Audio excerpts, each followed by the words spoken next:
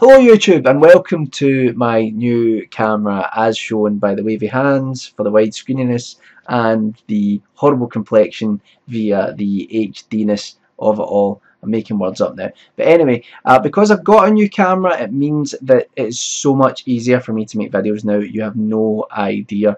And because of that, you're probably going to get absolutely sick and tired of seeing me, because I will be uploading videos all the time, which I'm really looking forward to doing.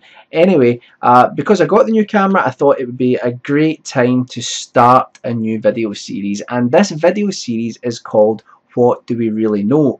You see, one of my hobbies is reading about mysteries, things that are unexplained. These are the things which interest me, and these are the things which sometimes give me sleepless nights, which is probably why I should stop reading them. But anyway, in this series I'm going to be talking about some of the stranger mysteries that I've found, and hopefully you guys will find it entertaining, and maybe even you can share some with me. Now I'm primarily going to be focusing on mysteries which we know took place.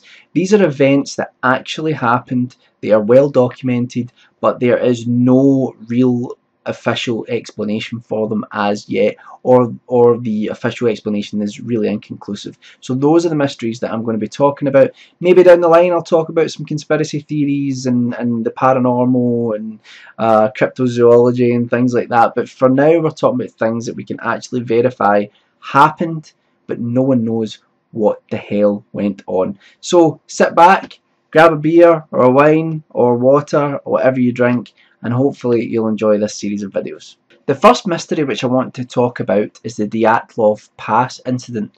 This took place in the Ural Mountains in Russia on February 2nd, 1959, and it resulted in the quite horrific deaths of 9 ski hikers. To this day, no one has come up with a suitable explanation as to what actually happened to them.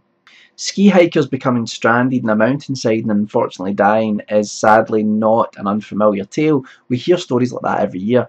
But what's interesting about the Dyatlov Pass incident is the condition of the bodies which were found. First of all, the search party, when it finally found the tent that had housed the 9 hikers, found that it was in complete disarray, and investigators showed that it had actually been ripped open from the inside. Rather than going through the flap, it had actually been torn open from the inside of the tent. Not only that, many of the clothes and boots of the 9 hikers had been left behind. So it was as if they had tried to escape the tent for some reason and had ran away from it, many of them without their clothes. They followed the footprints to going from the tent to a nearby tree, and under the tree they found the first 2 bodies, who were both lying in their underwear, both frozen to death. And there was a makeshift fire, and also above them in the tree there were broken branches, which suggested that one of the hikers at least had climbed up the tree to look for something, perhaps even trying to look for the camp if they were lost. 3 further bodies were found scattered around the area, and due to the positions that they were frozen into, it seemed as if they were trying to get back to the camp. Now an inquest was then set up as people were trying to still find the final 4 bodies, and at least of the 5 that they'd found, they couldn't see any reason for why they'd actually died, so it was just assumed that hypothermia had killed them, even though one of the ski hikers that was found had a crack in his skull, although they did seem to think that that wasn't fatal, but it was certainly a wound of some kind. 2 months later, the final 4 bodies were discovered. And what was interesting about this was that they were actually, some of them were wearing some of the items that belonged to some of the other hikers that had perished in the snow. So people weren't sure whether that was that they had taken them, or that they had actually, the ones who'd been dying, had given them up to them to give them a better chance of survival. Now what's really creepy about this is that of the 4 bodies found at the end, 3 of them had died due to injury. One of them had an injury to the skull which was fatal, and 2 others had deep fractures within their chests. Now the coroner stated that this was brought about by a force which was the equivalent of being hit by a car. And what was interesting about it is that the force also would have had to have been pressure down upon them, because there was no physical external evidence of any impact or any blow. It was just that the injuries were entirely internal. And perhaps most disturbing of all, one of the hikers was missing a tongue.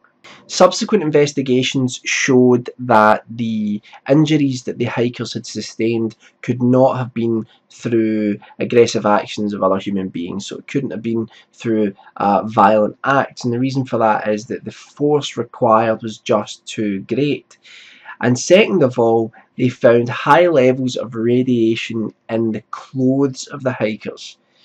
This is something which has perplexed people since the events took place. And that's all that's really known about the Dyatlov incident. No one is really sure exactly what took place. Because of the high levels of radiation, many people have said that they think there was some sort of Soviet government experimentation taking place there, and there was a cover-up. And one of the things which backs that up to a degree is the fact that the original report on the incident was classified. Why would it have been classified? Why did it need to be classified? And then in the 1990s, when it was finally made public domain, there were parts of the report which remained missing. So there were things in that report that people did not want to be made public knowledge. There have been bits of information that have come out through the years, but to really know how reliable they are, I'm not too sure. There was a police chief who said that he was told basically that it was most probably a flying saucer type event, something similar to Roswell, and to basically keep shtum about it, not tell anybody about it, and try to suppress the information surrounding it. Other people have said that there was a lot of metal in the area, which scrap metal, which suggested that there had been something there, you know, whether it had been a Soviet weapon or whatever, or research centre, but that something had taken place. While other people seemed to be saying that they saw spheres of light and things like that around about the same time around the area. Now, I'm not one of these people who instantly goes, UFO, aliens, yes, that's what it is. Absolutely not. This is all we know about the Dyatlov incident. 9 people died a horrific death. Their bodies, or at least their clothes, were irradiated, and they seem to have succumbed to some unknown force. And that's all we know. It's remained a mystery, and it's still one to this day that when it crosses my mind, it occasionally keeps me up at night. So I'll leave down below a few articles which talk about the Dyatlov Pass incident, and you can read them, you can discuss it, debate it below.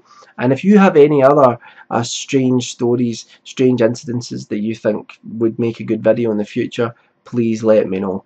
So as always, thanks for listening, and bye for now.